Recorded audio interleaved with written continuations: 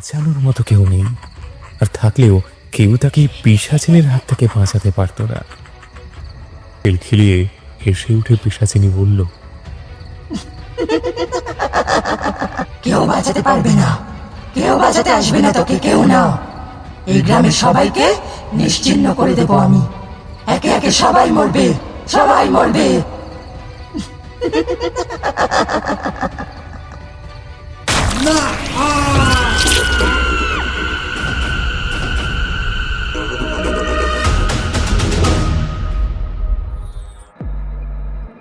বাংলা সাহিত্যের জনপ্রিয় সব গল্প নিয়ে আপনাদের সামনে হাজির গল্পের ঝাঁপি। এই চ্যানেলে প্রচারিত প্রতিটি গল্প সম্পূর্ণরূপে কাল্পনিক। এখানে বর্ণিত ঘটনা, চরিত্র এবং পরিস্থিতি লেখকের নিজস্ব কল্পনা থেকে তৈরি। বাস্তব জীবনের কোনো ব্যক্তি, স্থান বা ঘটনার সাথে এর কোনো সম্পর্ক নেই। যদি কোনো ঘটনার সাথে বাস্তবের সাদৃশ্য খুঁজে পাওয়া যায়, তবে তা নিতান্তই কাকতালীয়। আমাদের উদ্দেশ্য শুধুমাত্র বিনোদন প্রদান করা। শ্রোতাদের প্রতি অনুরোধ, গল্পগুলো কুসংস্কার মুক্ত হয়ে উপভোগ করুন। আজ আপনাদের জন্য থাকছে লেখক সূর্য মাইতির কলমে কালীনাথ তান্ত্রিক সিরিজের প্রথম গল্প কর্ণ পিশাচিনীর রোষ। গল্পটি অবশ্যই প্রাপ্ত বয়স্ক ও প্রাপ্ত মনস্কদের জন্য।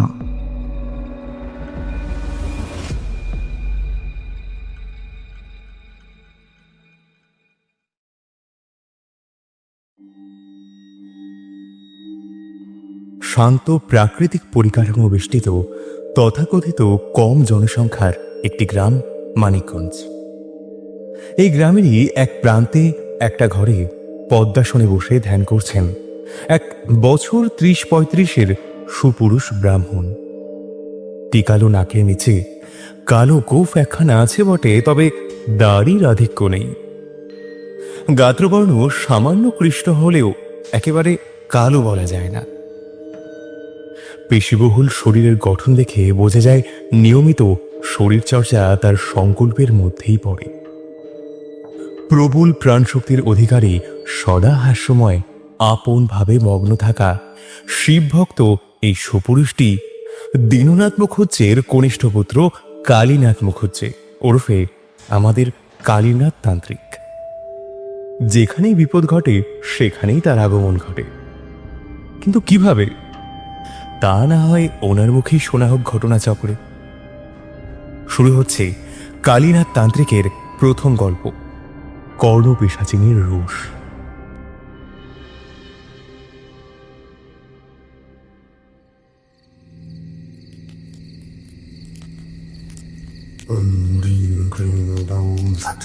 কর্ণ দৈবত্ব আগচ আগচ কর্ণ ভবিষ্যতে অন্য শত্রুপতে নমঃ শত্রুপতে শোকালবতে ওম কর্ণ পিশাচিনী ওম ফট কর্ণ পিশাচিনী ওম ফট সাহা। নিঝুম অমাবস্যার কালো রাত, স্পষ্ট মন্ত্রের উচ্চারণে আশেপাশের পরিবেশ অপার্থিব হয়ে জেগে উঠেছে। এই সমস্ত রাতগুলিতেই নির্জন শ্মশানভূমি তার নিজের স্বরূপে প্রাণ ফিরে পায়। সম্পূর্ণ উলঙ্গ শরীরে পদ্মাসনে উপবিষ্ট হয়ে ভয়ঙ্কর কর্ণ পিশাচিনী যক্ষিণীর সাধনায় রত হয়েছে অঘরী। পূর্বের 15 দিন ধরে রোজ রাতে এক টানা সাধনা চলছে তার। তার শরীর থেকে নির্গত হচ্ছে অসহ্য রকম দুর্গন্ধ। এতদিন সে নিজের মলমূত্র সহ সমস্ত বর্জ্য পদার্থ খাদ্য হিসেবে ভক্ষণ করেছে, কারণ এই সাধনার নিয়ম এটাই। সাধককে সমস্ত রকম বর্জ্য পদার্থ ভক্ষণ করেই এই সাধনা করতে হয়। অঘরের সামনে একটি ধুনি জ্বলছে। মরা মানুষের মাথার খুলির পাত্রে পূজার উপকরণ হিসেবে শোভা পাচ্ছে সমস্ত রকম বর্জ্য পদার্থ। রাত যত বাড়তে লাগলো, মন্ত্র উচ্চারণের বেগ ততই বেড়ে চলল। আজ সাধনায় ফল লাভের দিন। এই সমস্ত নিম্ন তন্ত্র সাধনার ফলাফল অত্যন্ত জটিল ও ভয়ঙ্কর। একদিকে যেমন সাধনায় সফল হলে সাধক হয়ে উঠবে অসম্ভব ক্ষমতার অধিকারী, তেমনি আবার অপরদিকে সাধনায় যদি অসফল হয় তাহলে তৎক্ষণাৎ নিশ্চিত মৃত্যু অনিবার্য। বিকট শব্দ করে ডেকে উঠল শ্রীগালের দল। গা ছমছমে আবহাওয়ার সৃষ্টি হয়েছে শ্মশান জুড়ে। একটা শৈলা ক্ষণক্ষণে নারী কণ্ঠের হাসির শব্দে ভরে গেল চারপাশটা। চোখ বন্ধ অবস্থাতেও অঘরি অনুভব করতে পারছে তার চারপাশে অপার্থিব কিছু একটা ঘটে চলেছে।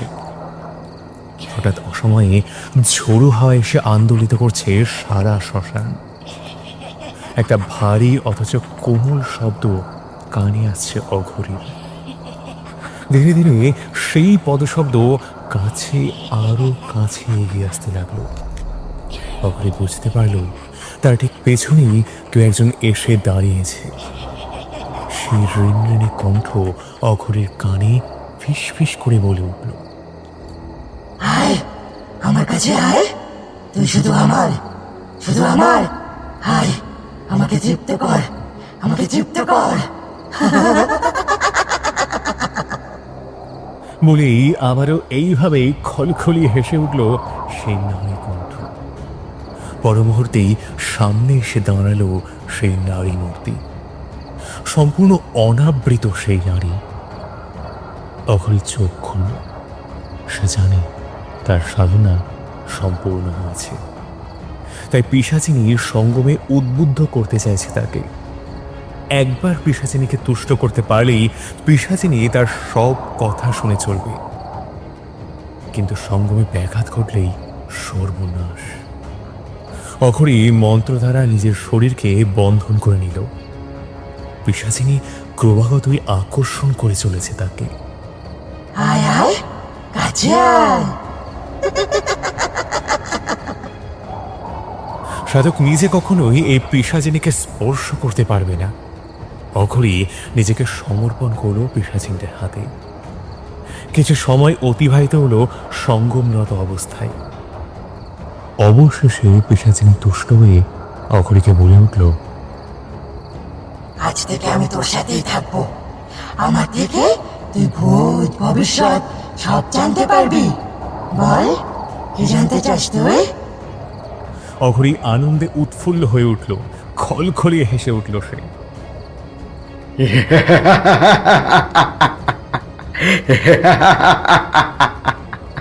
পেরেছি, আমি পেরেছি। এসব কি অসম্ভব ঘটনা ঘটছে বলো তো? এমন অবাক করা ঘটনা কেউ কখনো দেখেছে এর আগে এ গাঁয়ে? কোনো রক্ত মাংসের মানুষ কি এমনটা করতে পারে বলো তো?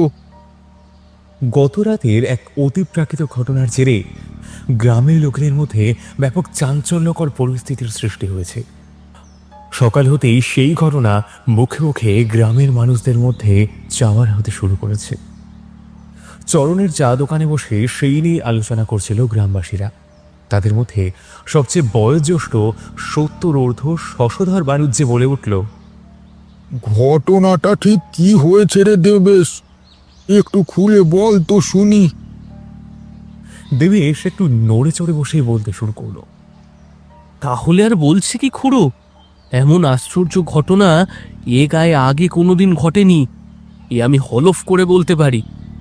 নগেন খুড়োর বড় ছেলে স্বপন রোজ রাত জেগে জমিদার বাড়ির গরুগুলো পাহারা দেয়। গতকালও সে সেই কাজেই নিযুক্ত ছিল, কিন্তু সকালে উঠে দেখা গেল স্বপনের নগ্ন ছিন্ন ভিন্ন দেহটা গোয়ালের বাইরে পড়ে আছে। প্রায় 8-10টা গরুর শ্বাসরোধ করে মারা হয়েছে, আর সব গরুগুলোই চোখ চেয়ে মরেছে, যেন ভীষণ কিছু একটা দেখে ভয় পেয়েছে। এবার তুমি বলো খুড়ো, এমন ঘটনাকে কি স্বাভাবিক বলা যায়? নিশ্চয়ই নিশ্চয়ই কোনো এক অপশক্তির কাজ এটা। কারোর কুনজর পড়েছে আমাদের গ্রামের ওপর, তুমি দেখো। হ্যাঁ, এইটুকু বলে দেবেশ থামল। শশধর বাণুজ্যে গম্ভীর কণ্ঠে বলল, বুঝলাম। এ ঘটনা মোটেই কোনো মানুষের কর্ম হতে পারে না। তাহলে কে ঘটালো এই ঘটনা? আচ্ছা, আর জমিদার মশাইকে জানানো হয়েছে ব্যাপারটা? দেবেশ বলল, আরে তা তো জানানো হয়েছে, কিন্তু এর এখন সুরাহা কি? গত রাতে একটা ঘটনা ঘটেছে, এরপর যদি আমাদের সাথেও এমনটা ঘটে, তাহলে আমরা কি করে রক্ষা করব নিজেদেরকে আর নিজেদের পরিবারকে? হ্যাঁ, আর তাছাড়া আমাদের জমিদার বাবু অত্যন্ত ভালো মানুষ, তার কোনো শত্রু থাকবে বলে তো মনে হয় না। শেষের কথাটায় শশধর বানুজ্যে একটু হেসে উঠল, বলল,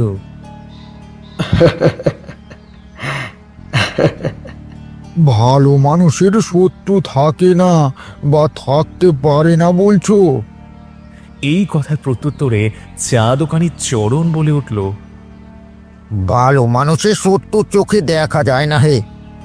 এই যেমন ধরো, ও আমার দোকানের পাশে যদি আর একটা চা দোকান থাকতো, আর তোমরা আমার দোকানে না এসে ও অপর দোকানে যেতে, তাহলে কি তোমরা আর আমার কাছে ভালো মানুষ থাকতে?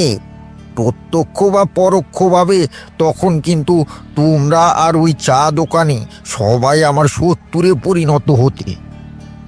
শশধর বানুজ্যে বলল, এই একখান জব্বর জবাব দিয়েছে চরণ। আর এর অপর দিকটা ভেবে দেখলেও কিন্তু ঠিক তাই।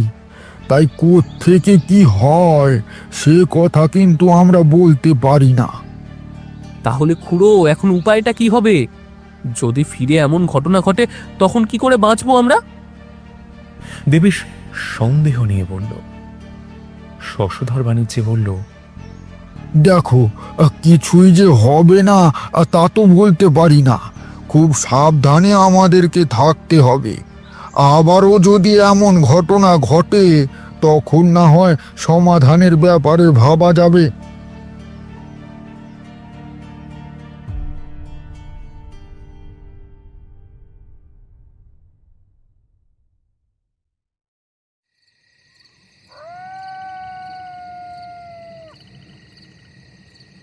দিন গড়িয়ে যথারীতি সন্ধ্যা নামল। শ্মশানে পুনরায় উপাচারে মত্ত হয়েছে অঘরী। কিছু সময় অতিবাহিত হওয়ার পরেই একটা ঋণঋণী শৈলা হাসির শব্দে ভরে উঠল শ্মশানভূমি। সেই নারী কণ্ঠ অঘরীর কানে ফিস ফিস করে বলে উঠল,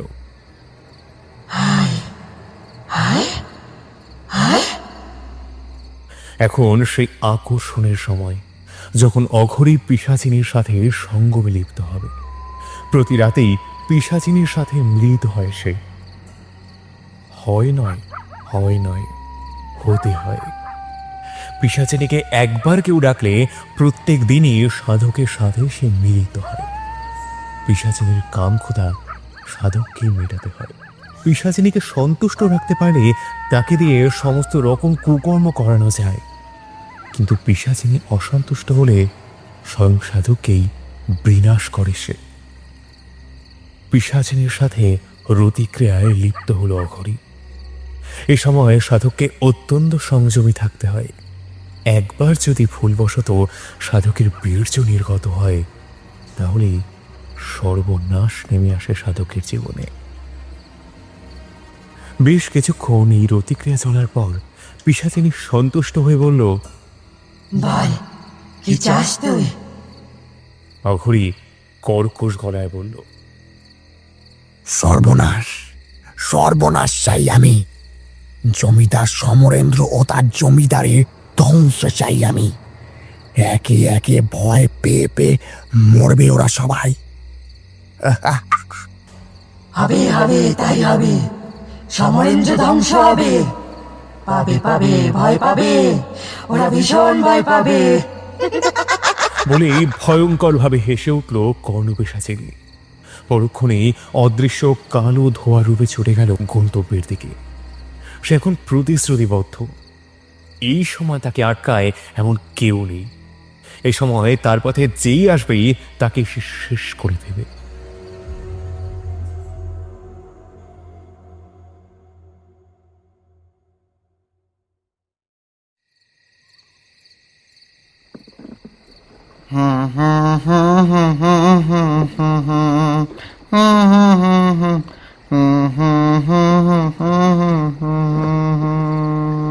লালু জেলে রাতের বেলায় বড় দিঘিতে মাছ ধরতে যায়।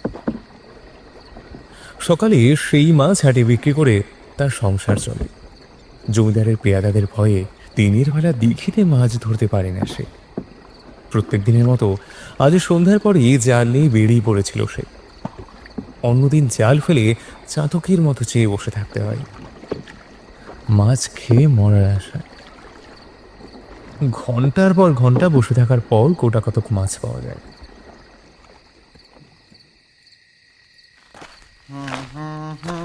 আজ লালুর ভাগ্যটা বেশ ভালো, বেশি রাত হলো না, তাড়াতাড়ি বেশ ভালো মতোই মাছ জালে ধরা দিল আজ।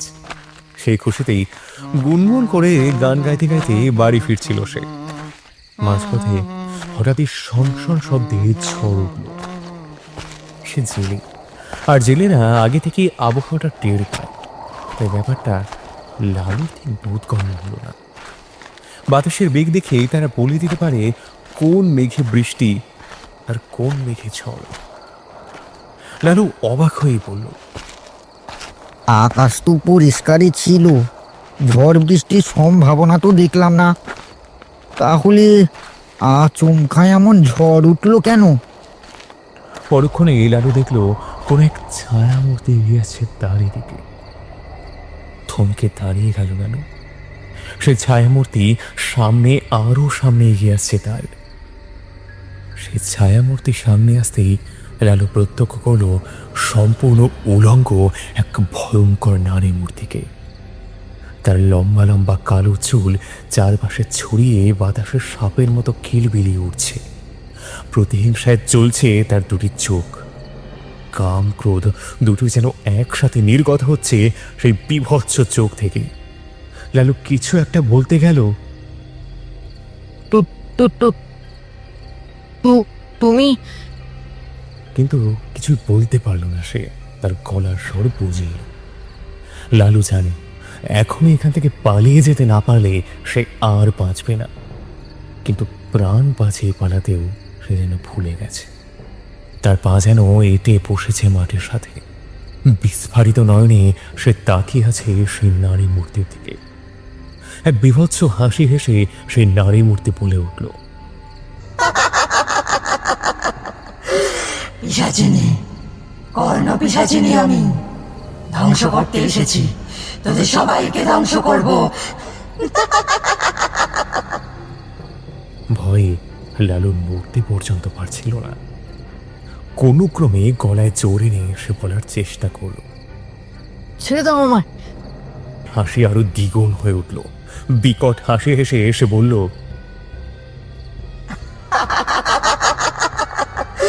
ছেড়ে দেব? হ্যাঁ, নিশ্চয়ই ছেড়ে দেব। মুক্তি দেব তোদের সব কটাকে। তেমনি গগন ভেদি হাসি হাসতে হাসতে পিশাচিনী তার লম্বা হাত প্রসারিত করে লালুর গলা ধরে তাকে শূন্যে তুলে ধরল। তারপর হিংস্র আক্রোশে লালুর শরীর থেকে মাথার একটা খেলনা পুতুলের মতো দুহাতে ছিঁড়ে আলাদা করে দিল। এরপর বহুরূপে পিশাচিনী তার ভয়াল ভয়ঙ্কর রূপ পরিবর্তন করে অসাধারণ সুন্দরী নারী রূপে গ্রামের দিকে অগ্রসর হতে লাগল। মাঝরাত নিদ্রা ফুলের গন্ধ মেখে নিশ্চিন্তে ঘুমিয়ে আছে সারা গ্রামটা। গতরাতের ঘটনা কিংবা কিছুক্ষণ আগে ঘটে যাওয়া এই অপ্রাকৃত অলৌকিক ঘটনার সাক্ষী কেউই নেই। কাছাকাছি কোথাও একটা পেঁচা ডেকে উঠল। দূরে কোনো মাঠ বা ছোপ থেকে ভেসে এলো শিয়ালের সমবেত উল্লাস ধ্বনি। নরেন ও তার বউ ঘুমোচ্ছিল ঘরের ভেতরে। একটা সুরেলা নারী কণ্ঠে ডাকে ঘুমটা ভেঙে গেল নরেনের। দূর থেকে কেউ যেন তার নাম ধরে ডাকছে, নরেন, ওঠো নরেন, এসো আমার কাছে, এসো কাছে এসো নরেন, আমার কাছে এসো। একটা মায়ার টান অনুভব করে নরেন সেই ডাকের মধ্যে। মন্ত্রমুগ্ধের মতো দরজা খুলে বাইরে বেরিয়ে যায় সে। নরেনের বউ তার সামান্যটুকু টের পায় না কিছু।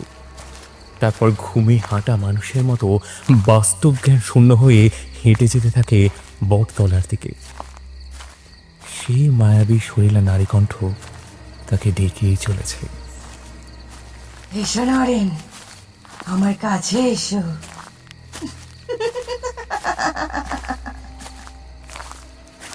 এই নিঝুম নিস্তব্ধ রাতে এমন মায়াবী হাসির শব্দে যেন ঘুম লেগে যায় নরেনের।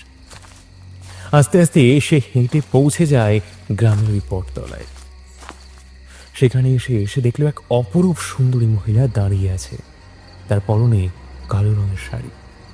এই অন্ধকারেও তার শরীর থেকে যেন আলো বিচ্ছুরিত হচ্ছে। সে নরেনের দিকে তাকিয়ে হাসছে, হাত বাড়িয়ে নরেনকে ডাকছে সেই সুন্দরী মহিলা। নরেন নিজেকে স্থির রাখতে পারে না, ধীরে ধীরে এগিয়ে যায় সেই মহিলাকে লক্ষ্য করে। নরেন জানি না সে কি করতে চলেছে। সেই মহিলার সামনে গিয়ে তাকে স্পর্শ করে নরেন। আর নরেন যেই মুহূর্তে মহিলাকে স্পর্শ করে সেই মুহূর্তেই ওই মহিলার রূপ বদলে যায় এক ভয়ঙ্কর পিশাচিনীতে। কি বিভৎস সেই রূপ! কালো কুচকুচে গায়ের রং, বিশাল দেহি, অনাবৃত শরীর, চোখ দুটো ভাটার মতো জ্বলছে। শনের মতো লম্বা লম্বা কালো কুচকুচে চুলগুলো বাতাসে ছড়িয়ে উঠছে। প্রবল আক্রোশে যেন এখনই সব গিলে খাবে সেই পিশাচিনী। ততক্ষণে নরেনের মায়ের ঘর কেটে গিয়েছে। থরথরিয়ে ভয়ে কাঁদছে সে, বুঝতে পারছে না সে কিভাবে এখানে এলো। সেখান থেকে পালিয়ে বাঁচতে চাইল সে, কিন্তু হায়, সব চেষ্টায় বৃথা, সমস্ত চেষ্টায় বৃথা। পিশাচিনী খামচে ধরেছে তার কাঁধ। নরেন চেঁচিয়ে উঠল, কিন্তু এই মাঝরাতে তাকে বাঁচানোর মতো কেউ নেই। আর থাকলেও কেউ তাকে পিশাচিনীর হাত থেকে বাঁচাতে পারত না।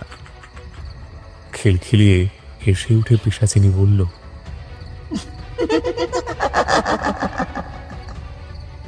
কেউ বাঁচাতে পারবে না, কেউ বাঁচাতে আসবে না তোকে, কেউ না।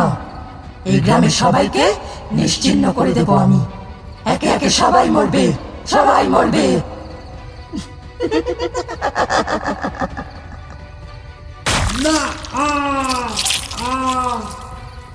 পরক্ষণেই একটা মরণ চিৎকার করে নিথর হয়ে গেল নরেনের শরীরটা।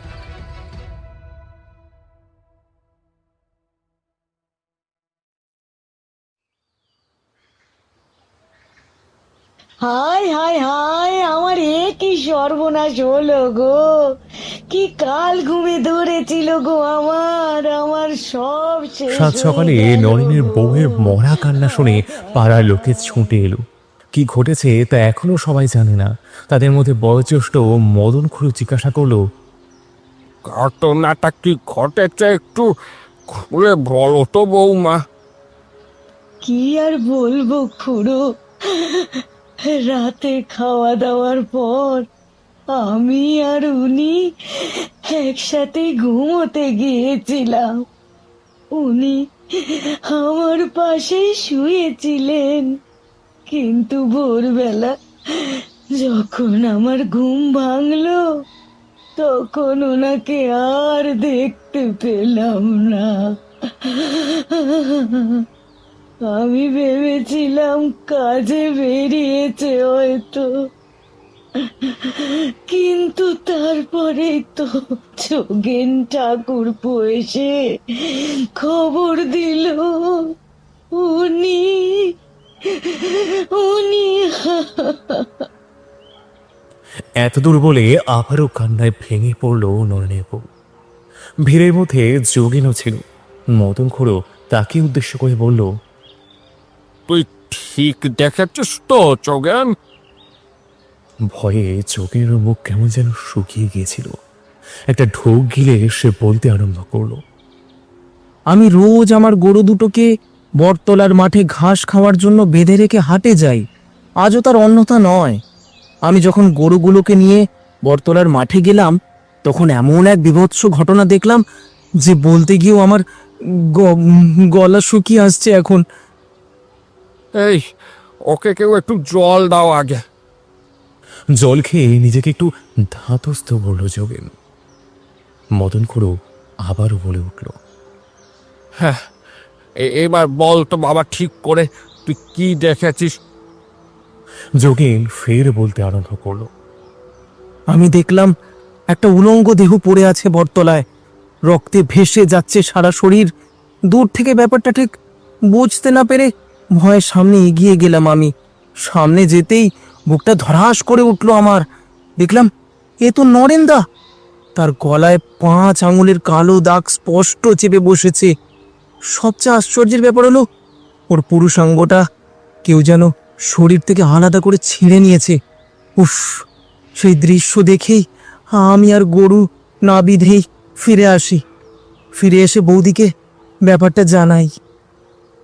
পুরো ঘটনা শুনে উপস্থিত ভিড়ের মধ্যে একটা গুঞ্জন শুরু হলো। এক অদৃশ্য চাপা আতঙ্ক ছড়িয়ে পড়েছে সবার মধ্যে।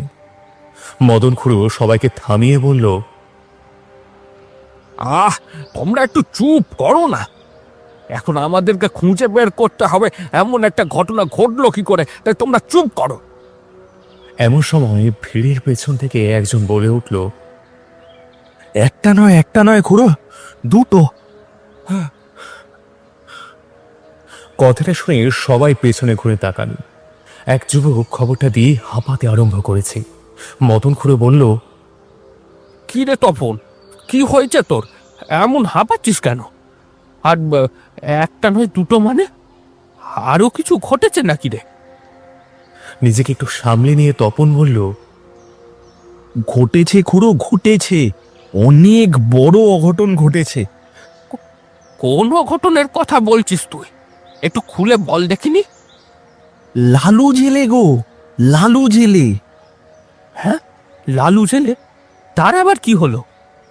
বড় দিঘির পাশের রাস্তাটায় লালু জেলের মুন্ডহীন দেহ ছিন্ন ভিন্ন অবস্থায় পাওয়া গেছে গো। বলিস কি রে? সব সব কি ঘটে চলেছে? কিন্তু এত রাতে লালু দিঘির রাস্তায় গিয়েছিল বা কি করতে? তুমি তো কিছুই জানো না দেখছি খুড়ো। জমিদারের পেয়াদার ভয়ে লালু তো রাতের বেলায় জাল ফেলে মাছ ধরতো ওই বড় দিঘিতে। গতকালও নিশ্চয়ই তাই করছিল, কিন্তু ব্যাপারটা যে কি হলো বোঝা গেল না। সবার কপালে এই চিন্তার ভাঁজ দেখা গেল। প্রাণের ভয় সবারই আছে, তাই প্রাণ বাঁচানোর তাগিদও আছে। তাহলে তাহলে এখন কি হবে খুড়ো? এভাবে ভয় ভয় তো আর বাঁচা যায় না। মদন খুড়ো চিন্তিতভাবে বলল, ব্যাপারটা নিয়ে জমিদার ও গায়ের মুরব্বীদের সাথে আলোচনায় বসতে হবে আজকে। তোমরাও সবাই উপস্থিত থেকো, সবার থাকাটা জরুরি।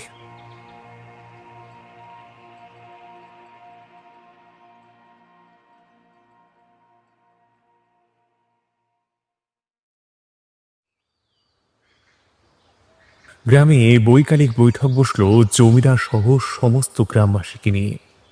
জমিদার সমরেন্দ্র মজুমদার বললেন, সবই তো শুনলাম, কিন্তু এখন উপায় কি আপনারাই বলুন। আগের দিন স্বপন আর কালকে লালু ও নরেন, আমার মনে হয় এই 3টি ঘটনার যোগসূত্র এক। আমারও তাই মত জমিদার মশাই। এ কোনো মানুষের কর্ম নয়। তাছাড়া কোনো সাধারণ মানুষের দ্বারা এমন নৃশংস ঘটনা ঘটানো কিছুতেই সম্ভব নয়। এর পেছনে নিশ্চয় কোনো অপশক্তির হাত রয়েছে। শশধর বাণিজ্যের কথায় সায় দিয়ে সহমত পোষণ করল উপস্থিত সবাই। জমিদার চিন্তিতভাবে ভারিককে গড়ায় বললেন, তাহলে এখন উপায় কি? আমি আমার প্রজাদের তো এভাবে ভয়ে ভয়ে বাঁচতে দেখতে পারি না। শশধর বাণিজ্যে বিচক্ষণ মানুষ, তিনি বললেন, শুধু গ্রামের মানুষই নয়, এমনটা ঘটতে থাকলে আপনিও নিরাপদ নন জমিদার মশাই। এক কথায় এই কথায় জমিদারবাবু বেশ আতঙ্কিত হয়ে পড়লেন। বললেন, তাহলে কি কোনো পুরোহিতকে খবর দেব? উনি যদি কোনো উপায় বলতে পারেন। পেছন থেকে মদন খুড়ো বললেন, হ্যাঁ, তাই দিন বরং, যদি এর কোনো সুরাহা হয় তাতে। জমিদার বাড়ির কুলো পুরোহিতকে ডেকে আনা হলো। সব শুনে তিনি বললেন, সব শুনে আমার যা মনে হচ্ছে তাতে করে এটা কোনো অপশক্তির কাজ। এর সুরাহা কোনো বড় ওঝা বা তান্ত্রিক ছাড়া কেউ করতে পারবে না। আর আমি তো সামান্য পুরোহিত মাত্র, আমার আর সেসব ক্ষমতা কোথায়? আপনারা বরং কোনো বড় তান্ত্রিক বা ওঝাকে ডেকে আনার ব্যবস্থা করুন। সব শুনে জমিদার মশাই বললেন, আপনার কি এমন কোনো ওঝা বা তান্ত্রিককে জানা আছে যে এই বিপদ থেকে আমাদের উদ্ধার করতে পারে? পুরোহিত একটু ভেবে চিন্তা করে বললেন, এমন একজনের সাথে আমার পরিচয় হয়েছিল, যার বয়স অল্প হলে কি হবে, তার তন্ত্র জ্ঞান ও ক্ষমতা অঢেল। তার কাছে অনেক পাখা ভাঙা তান্ত্রিক ওঝাও হার মানবে। তাকে যদি একটু খবর দেওয়া যায় তাহলে কিছু সুরাহা হতে পারে বলে আমার মনে হয়।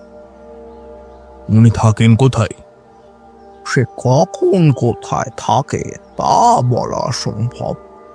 মহাকালের পরম ভক্ত সে, যেখানেই বিপদ দেখে সেখানেই সে পৌঁছে যায় তাদের উদ্ধার করতে। এই গ্রামের 4টে গ্রামের পরই মানিকগঞ্জে তাদের আদি বাড়ি। ভাগ্য যদি সহায় হয় তাহলে গ্রামের বাড়িতে হয়তো তার দেখা পেলেও পাওয়া যেতে পারে। আর তা যদি না হয় তখন ভগবানই জানেন কি হবে। জয় রাধে, জয় রাধে। এই বলে পুরোহিত চলে গেলেন। জমিদার মশাই বললেন, তাহলে আমি এখনই কাউকে একজনকে মানিকগঞ্জের উদ্দেশ্যে রওনা হতে বলছি। শশধর বাণিজ্যে বললেন, হ্যাঁ জমিদার মশাই, আর বিলম্ব করা ঠিক হবে না। না জানি আজ রাতে আবার কিছু বড় অঘটন ঘটে না যায়। যত তাড়াতাড়ি সম্ভব কিছু একটা ব্যবস্থা করতে না পারলে আমরা হয়তো কেউই আর বাঁচবো না।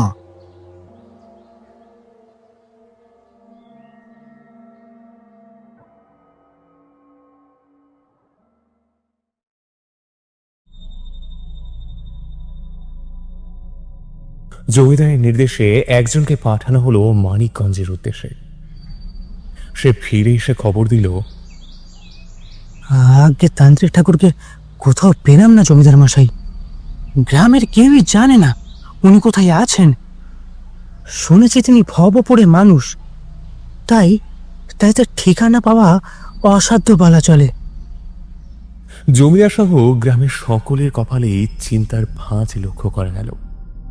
প্রাণ ভয় ভীত হয়ে কেউ কেউ যে পালিয়ে যাওয়ার উপক্রমণ করলো না তা নয়, কিন্তু পালিয়ে বা যাবি কোথায়? বেশিরভাগই তো এই ভিটে মাটি ছেড়ে যাওয়ার আর কোনো জায়গা নেই, তাই বাধ্য হয়ে থেকেই যেতে হলো। কিন্তু এর একটা সুরাহা না হলে তো আর চলে না।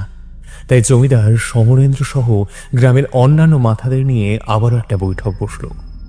জমিদার মশাই বললেন, তান্ত্রিক ঠাকুরকে তো পাওয়া গেল না, এখন উপায় কি আপনারাই বলুন। বয়োজ্যেষ্ঠ মদন খুড়ো বলল, কিছু তো একটা করতে হবে জমিদার মশাই। এভাবে প্রাণ ভয় বুকে নিয়ে তো আর বাঁচা যায় না। আমাদের কারোরই তো আর বাঁচার নিশ্চয়তা থাকছে না। বিজ্ঞ শশধর বাণিজ্যে বললেন, পুরোহিত মশাই তো বললেন তান্ত্রিক ঠাকুর ছাড়া আর দ্বিতীয় কোনো উপায় জানা নেই। তাহলে তো এখন আমাদের প্রাণ ভগবানের হাতে ছেড়ে দিয়েই বাঁচতে হবে। আর তাছাড়া আর আমাদের কি করণীয় থাকতে পারে? জমিদার মশাই পড়লেন বড় বিভাগে। তিনি বললেন, এইভাবে আমি চোখের সামনে আমার গ্রামকে ধ্বংস হতে দেখব কি করে? কিছু তো একটা ব্যবস্থা করতেই হবে, না হলে যে। শশধর বাণিজ্যে বললেন, একটা উপায় আছে, তাহাতে কিছুটা সুরাহা হয়তো হলেও হতে পারে। কি উপায়?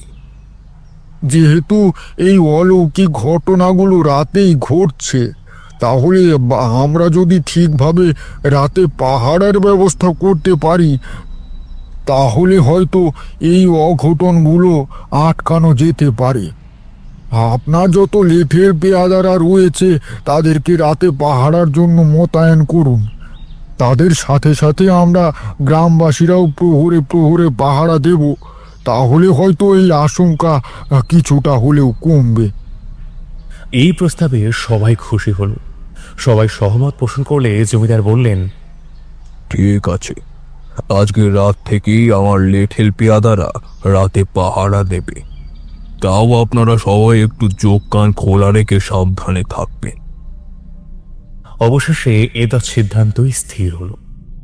কিন্তু আদেও কি এতে বিপদ এড়ানো যাবে তা শুধু ভগবানই জানেন।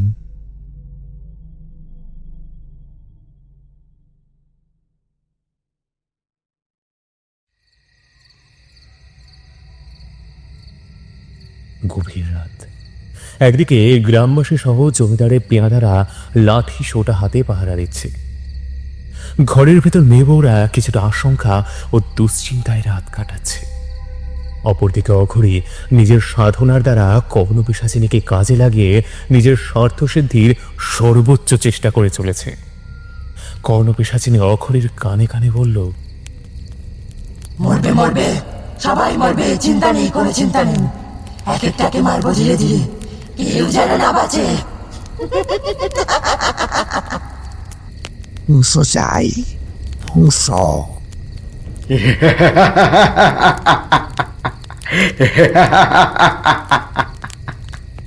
আনন্দে অট্টহাসি করে উঠল অঘরী। ধীরে ধীরে গ্রামের বুকে ঘুম নেমে এলো। গ্রামের লোকেরা এবং জমিদারের পেয়াদারা আপ্রাণ চেষ্টা করছে জেগে থাকার। কেউ কেউ চোখ খুলে রাখতে পারলেও অনেকেই পারল না, মাটিতে বসে ঠুলতে লাগলো। হঠাৎই সনসনিয়ে তীব্র হাওয়া বইতে লাগলো। বাতাসে তীব্র বর্জ্য পদার্থের গন্ধে ভরে গেল চারপাশ। মনে হচ্ছে কারো একটা ইনি বিনে কান্নার শব্দ ভেসে আছে জঙ্গলের ওই দিক থেকে। আবার পরক্ষণে সেই কান্নার শব্দ বদলে যাচ্ছে এক সুরেলা ডাকে। দেবেশের চোখে কিন্তু ঘুম নেই। তার মনে হলো কেউ যেন তার নাম ধরে ডাকছে। এসো এসো দেবেশ, আমার কাছে এসো। ওখানে কিছুই নেই, এখানে এসো, আমার কাছে এসো দেবেশ। বাঁশির মতোই সুরেলা সেই নারী কণ্ঠ।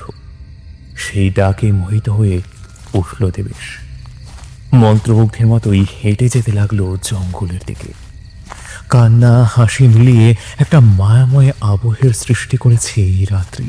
এসো এসো দেবেশ, জঙ্গলের অনেকটা সামনে চলে এসেছে দেবেশ।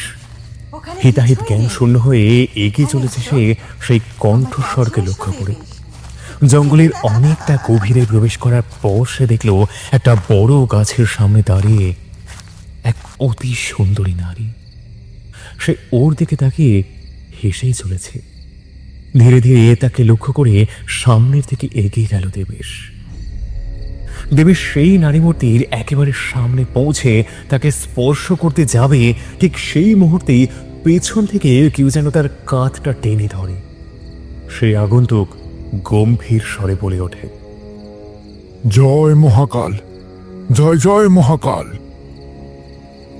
অন্ধকারে আগন্তুকের চেহারা ঠিক মতো ঠাহর করা যায় না, কিন্তু আগন্তুকের স্পর্শের সাথে সাথে মায়ের ঘোর কেটে গিয়ে জ্ঞান হারিয়ে মাটিতে পড়ে যায় দেবেশ। নিজের সংকল্পে বাধাপ্রাপ্ত হয়ে পিশাচিনী নিজের স্বরূপে ফিরে আসে। রাগে ফুঁসতে ফুঁসতে গর্জন করে সে বলে, কে তুই? এত বড় সাহস তোর, তুই আমার কাজে বাধা দিস? প্রথমে তোকেই শেষ করব। পিশাচিনীর কণ্ঠে আক্রোশ ফুটে উঠল ঠিকই, কিন্তু নিষ্ফল সে আক্রোশ। সামনে দাঁড়িয়ে থাকা ব্যক্তির কোনো রূপ ক্ষতি সাধন করতে পারল না সে। মহাকালের শুদ্ধ মন্ত্রে ততক্ষণে পিশাচিনীকে বেঁধে ফেলেছে সেই ব্যক্তি, তাই পিশাচিনীর কোনো ক্ষমতাই কাজে আসছে না। সে ব্যক্তি বলে উঠল, বৃথা চেষ্টা করিস না শয়তানি, ফিরে যা, ফিরে যা তোর প্রভুর কাছে। জয় মহাকাল, জয় জয় মহাকাল। পিশাচিনী উপায়ান্তর না দেখে রাগে গর্জে বলে ওঠে, একটা তুচ্ছ মানব হয়ে তুই আমাকে আটকাতে পারবি না। আমি আসবো, আমি আবার আসবো, কাউকে ছাড়বো না আমি। কেউ বাঁচবে না, কেউ না। এই বলেই ফিরে যায় পিশাচিনী।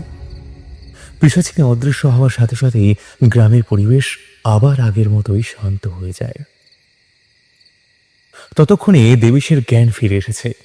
চোখ খুলে কোনো রকমে উঠে দাঁড়িয়ে সেই ব্যক্তিকে দেখতে পেয়ে তার উদ্দেশ্যে এসে বলল, কে আপনি? আমি এই জঙ্গলে এলাম কি করে? আমি তো পাহারা দিচ্ছিলাম। জয় মহাকাল, জয় জয় মহাকাল। সাক্ষাৎ মৃত্যুর হাত থেকে তুমি রক্ষা পেয়েছ। মহাকাল রক্ষা করেছে তোমায়। আর আমার পরিচয়, সেটা না হয় আপাতত অজানাই থাক। চলো, ফিরে চলো।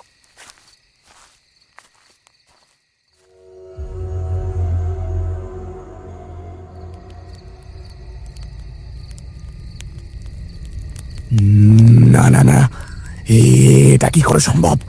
কে সে, যার এত ক্ষমতা? রাগে গর্জে ওঠে অঘরী। পিশাচিনী ফিরে আসায় সে এক প্রকার চিন্তিত, কারণ পিশাচিনীকে যে বাধা দিতে পারে সে খুব সাধারণ কোনো শক্তি নয়।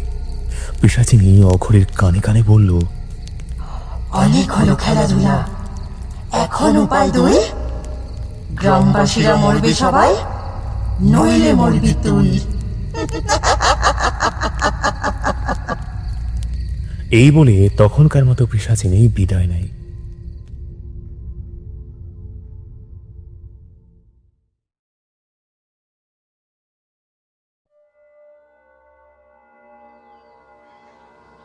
সকালবেলা এই সংবাদ সারা গ্রামে চাউর হয়ে যায়। সেই আগন্তুকের আসার খবর পেয়ে তাকে ডেকে পাঠান জমিদার সমরেন্দ্র মজুমদার। জমিদারের সামনে এই মুহূর্তে হাজির হয়েছে এক বছর ৩৫-৪০-এর মধ্যবয়সী যুবক।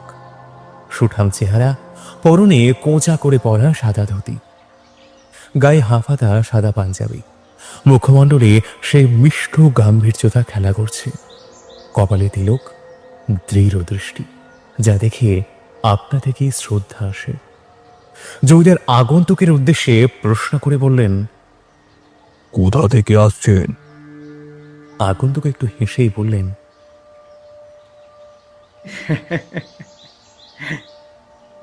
আমার নির্দিষ্ট কোনো বাড়ি ঘর নেই। যখন যেখানে থাকি তখন সেটাই আমার বাড়ি ঘর। মহাকাল যখন যেখানে নিয়ে যান তখন সেখানেই যাই। তার ইচ্ছা ব্যতীত কিছুই হয় না। আগন্তুকের হেয়ালিপূর্ণ কথা জমিদার কতটা কি বুঝলেন বোঝা গেল না। তিনি আবার প্রশ্ন করলেন, তা কি নাম আপনার? আমার নাম কালীনাথ। কেউ কেউ আমাকে কালীনাথ তান্ত্রিক বলেও ডাকে। আগন্তুকের মুখে তার পরিচয় পেয়ে চমকে ওঠে জমিদার সমরেন্দ্র মজুমদার। আনন্দিত হয়ে তিনি বললেন, আপনি কালীনাথ তান্ত্রিক? আমি তো আপনাকে ডেকে আনার জন্য মানিকগঞ্জে লোক পাঠিয়েছিলাম, কিন্তু আপনি তো সেখানে ছিলেন না। তাহলে আপনি জানলেন কি করে যে আমরা বিপদে রয়েছি? জমিদারের কথায় হেসে উঠলেন কালীনাথ তান্ত্রিক। তারপর বললেন, ওই যে বললাম, মহাকাল আমাকে যেখানে নিয়ে যান আমি সেখানেই যাই। অর্থাৎ সবই মহাকালের ইচ্ছে। ঘটনার জেরে জর্জরিত ভীত গ্রামবাসীরা অন্ধকারে এক বিন্দু আলো দেখতে পেয়ে বাঁচার আশায় বৈঠক বসিয়েছে কালীনাথ তান্ত্রিককে সঙ্গে নিয়ে। গ্রামের মানুষদের মুখে সমস্তটা শুনে কালীনাথ তান্ত্রিক বললেন, সবটাই শুনলাম, কিন্তু এই সমস্ত ঘটনা এমনি এমনি ঘটার নয়।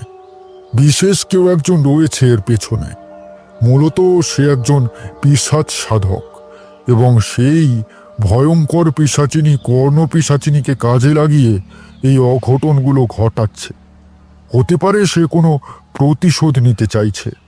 হয়তো এই গ্রামের সাথে তার কোনো পুরনো শত্রুতা রয়েছে। এবার আপনি বলুন তো জমিদার মশাই, আপনার সাথে কি এর আগে কারোর শত্রুতা ছিল? এমন কেউ যার প্রতি অবিচার হয়েছিল? জমিদার চুপ করে ভাবতে চেষ্টা করলেন, তারপর বললেন, তেমন তো কাউকে আমার মনে পড়ছে না ঠাকুর মশাই। কালীনাথ তান্ত্রিক দৃঢ় কণ্ঠে বলল,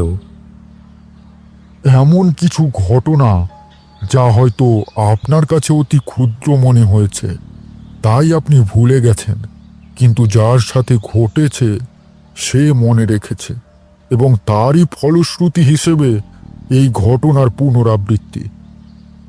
তাহলে এখন উপায় কি ঠাকুর মশাই? উপায় নেই তা বলবো না, উপায় অবশ্যই আছে, কিন্তু তা অত্যন্ত জটিল। ভিড়ের মধ্যে থেকে শশধর মানুষ যে বলে উঠলেন, কি উপায় ঠাকুর মশাই, বলুন না, আমাদের কি করতে হবে? আমরা যথাসাধ্য চেষ্টা করব। উপস্থিত বাকিরা তাতে সায় দিল। কালীনাথ তান্ত্রিক একটু চিন্তা করে নিয়ে বলল, বিষে বিষে বিষক্ষয়। জমিদার অস্ফুটে বলে উঠলেন, অর্থাৎ ঠাকুর মশাই? অর্থাৎ আমাদের ফাঁদ পাততে হবে, কারণ ভয়ঙ্কর কর্ণপিশাচিনীর সাথে লড়াই করার ক্ষমতা আমাদের কারোর নেই, এমনকি আমারও না। কর্ণপিশাচিনী রুষ্ট হলে তাকে যে ডেকে এনেছে সেই সাধককেও পর্যন্ত মেরে ফেলতে সে পিছপা হয় না। তাই ফাঁদ পাতা ভিন্ন আমাদের কাছে আর কোনো উপায় নেই। জমিদার মশাই প্রশ্ন করলেন, কি সেই ফাঁদ ঠাকুর মশাই? এই ব্যাপারে আমি নিশ্চিত যে কর্ণপিশাচিনীকে যে আহ্বান জানিয়েছে সেই গ্রামের ক্ষতি করার জন্যই আহ্বান জানিয়েছে। আর কর্ণপিশাচিনীর প্রতিশোধ ভয়ঙ্কর। সে একবার প্রতিশ্রুতিবদ্ধ হলে সেই প্রতিশ্রুতি পূরণ করে তবেই ছাড়ে। কোনোভাবে তার কাজে যদি বাধা দেওয়া হয় তাহলে সে তাকে ডেকে আনা সাধককেই হত্যা করে। আমি নিশ্চিত পিশাচিনী আজও আসবে, আর প্রথম প্রতিশোধ সে আমার উপরেই নিতে চাইবে, কারণ গত রাতে আমি তার কাজে বাধা দিয়েছি। তাই যে করেই হোক কর্ণপিশাচিনীকে বিভ্রান্ত করতেই হবে। শশধর বানুজ্জে বললেন, তাহলে এখন কি করবেন ঠাকুর মশাই? কালীনাথ তান্ত্রিক দেবেশকে উদ্দেশ্য করে বলে ওঠে, দেবেশ, তোমাকে আমার সাথে থাকতে হবে, কারণ কালকে রাতে পিশাচিনের শিকার ছিলে তুমি, আর আজকে রাতে পিশাচিনের প্রথম শিকার তুমি এবং আমি দুজনেই। এই কথা শুনে দেবেশের গলা শুকিয়ে এলো। একটা ঠোক গিলে ভয়ে ভয়ে সে বলল, শিকার? শিকার মানে ঠাকুর মশাই? কালীনাথ তান্ত্রিক একটু হেসে বলল, ভয় পেও না দেবেশ, তোমার কোনো ভয় নেই, কিচ্ছু হবে না তোমার। আমি তো থাকবো তোমার সঙ্গে, মহাকালের আশীর্বাদে সব শুভ হবে। সন্ধে তো প্রায় হয়েই এলো, আর কিছুক্ষণ পরেই রাত নামবে। গত রাতে আপনারা যেভাবে পাহারা দিচ্ছিলেন আজও ঠিক তাই করবেন, তবে আজ নিয়মটা একটু বদলে যাবে। জমিদার মশাই বলে উঠলেন, কি নিয়ম ঠাকুর মশাই? আজ আপনাকেও পাহারায় থাকতে হবে জমিদার মশাই। প্রজা রক্ষার্থে এটুকু তো আপনি করতেই পারেন, তাই না? হ্যাঁ হ্যাঁ, নিশ্চয়ই থাকবো, আমি অবশ্যই থাকবো। বেশ, আর এদিকে আমি আর দেবেশ বসবো যজ্ঞে, আর গ্রামের বাকিরা সবাই যে যার নিজেদের ঘরে থাকবেন। কোনো মতেই বাড়ির বাইরে বেরোবেন না, বেরোলেই কিন্তু বিপদ, তখন আমি আর কোনো সাহায্য করতে পারবো না।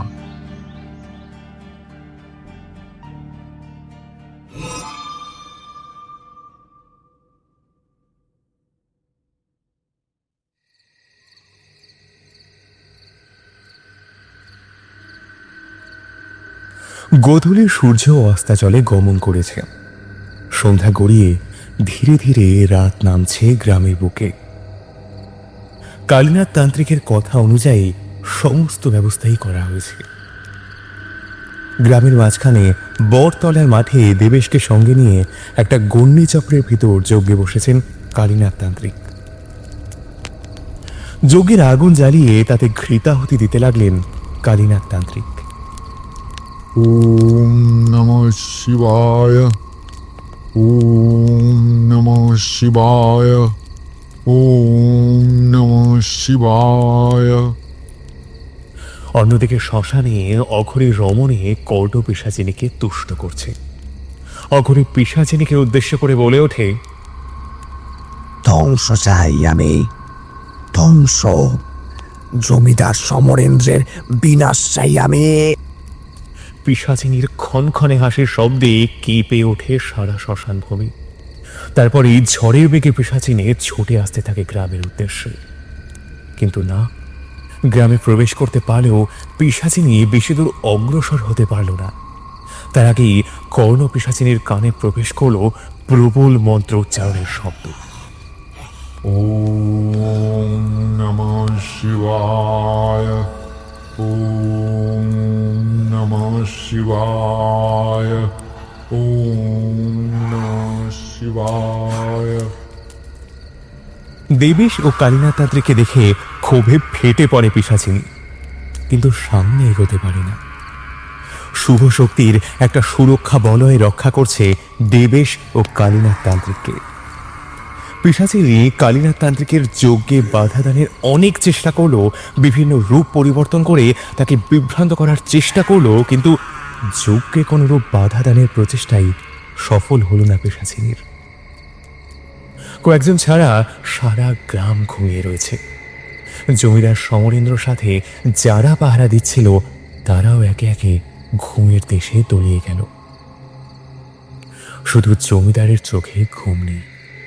ধীরে ধীরে তার কানে আছে একটা সুরেলা নারী কণ্ঠের ডাক। এসো সমরেন্দ্র, আমার কাছে এসো। এসো, ওখানে কিছুই নেই সমরেন্দ্র, আমার কাছে এসো। হ্যাঁ আসছি, আমি আসছি।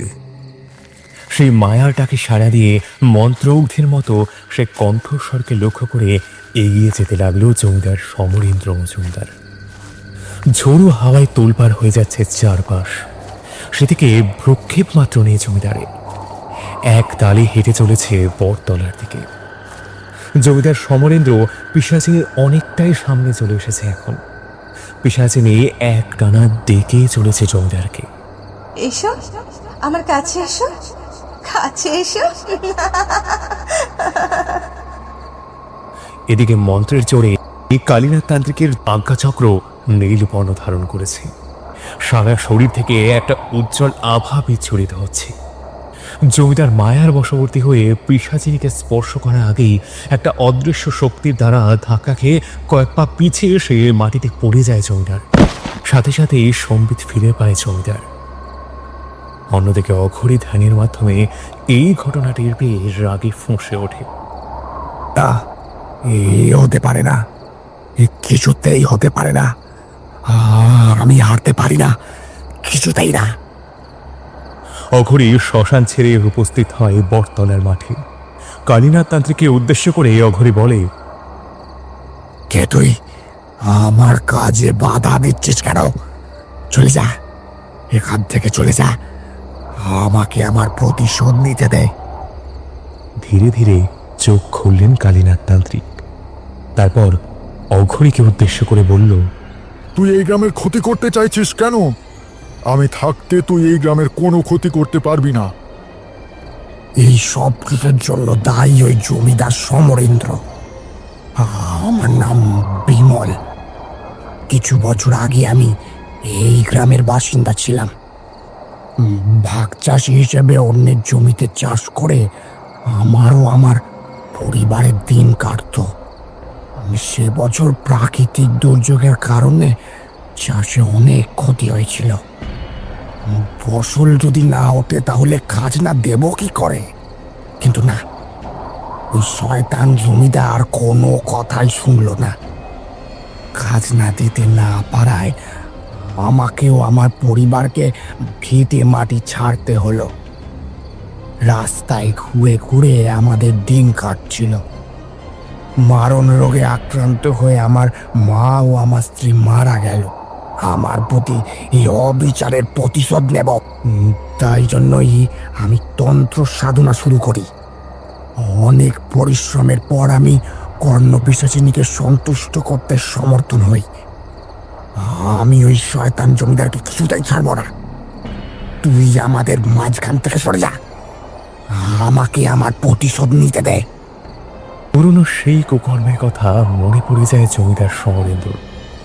অনুশোচনায় দগ্ধ হয়ে হাত জোর করে জমিদার বলে, আমার খুব বড় ভুল হয়ে গেছে বিমল, তুমি আমায় ক্ষমা করে দাও বিমল। আর কোনোদিন কারোর সাথে এমন অবিচার আমি করবো না, কথা দিচ্ছি। অনুনয় করে কাঁদতে লাগলেন জমিদার, কিন্তু অখরে আর কিছু বলার সুযোগ পেল না। কর্ণপিশাচিনী কর্কশ কণ্ঠে বলে উঠল, আমার সাথে ছলনা করার সাহস হয় কি করে তোর? আমার পথে কেউ বাধা হতে পারে না। তুই আমাকে ডেকে এনেছিলি, এবার তোকেই শেষ করব আমি, আর তারপর শান্ত হব। অঘরে কোনো আকুতি কানে গেল না কর্ণপিশাচিনীর। প্রবল আক্রোশে দু হাত দিয়ে অঘরের ঘর থেকে মাথাটা আলাদা করে দিল সে। শেষ মুহূর্তে শুধু একটা আর্তচিৎকার বেরিয়ে আসলো অঘরের কণ্ঠ থেকে। অঘরের মূল্যহীন ধরটা থপ করে পড়ে গেল মাটিতে। সাথে সাথে নিস্তব্ধ হয়ে গেল গ্রামের পরিবেশ।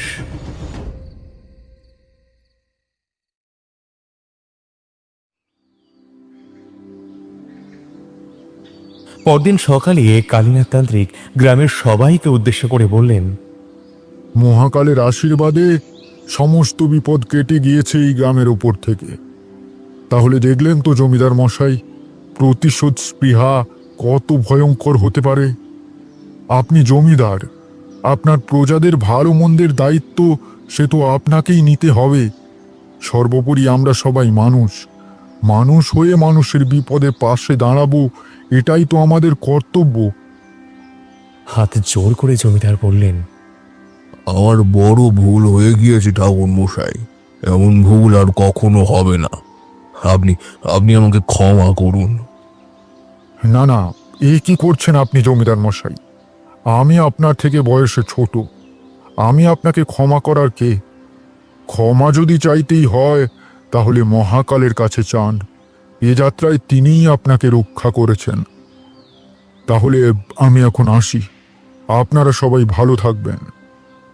দেবেশ বলল, আর কয়েকটা দিন থেকে গেলে হতো না বাবা ঠাকুর?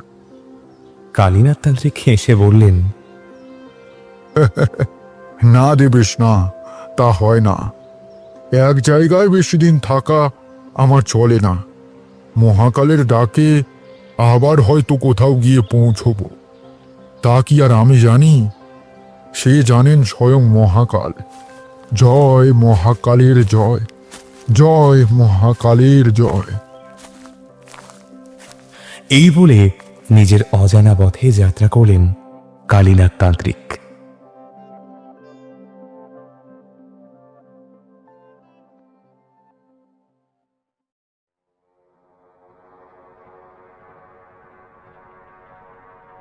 আজকের গল্পটি কেমন লাগলো অবশ্যই কমেন্ট করে জানাবেন এবং আমাদের চ্যানেলটি সাবস্ক্রাইব করতে ভুলবেন না।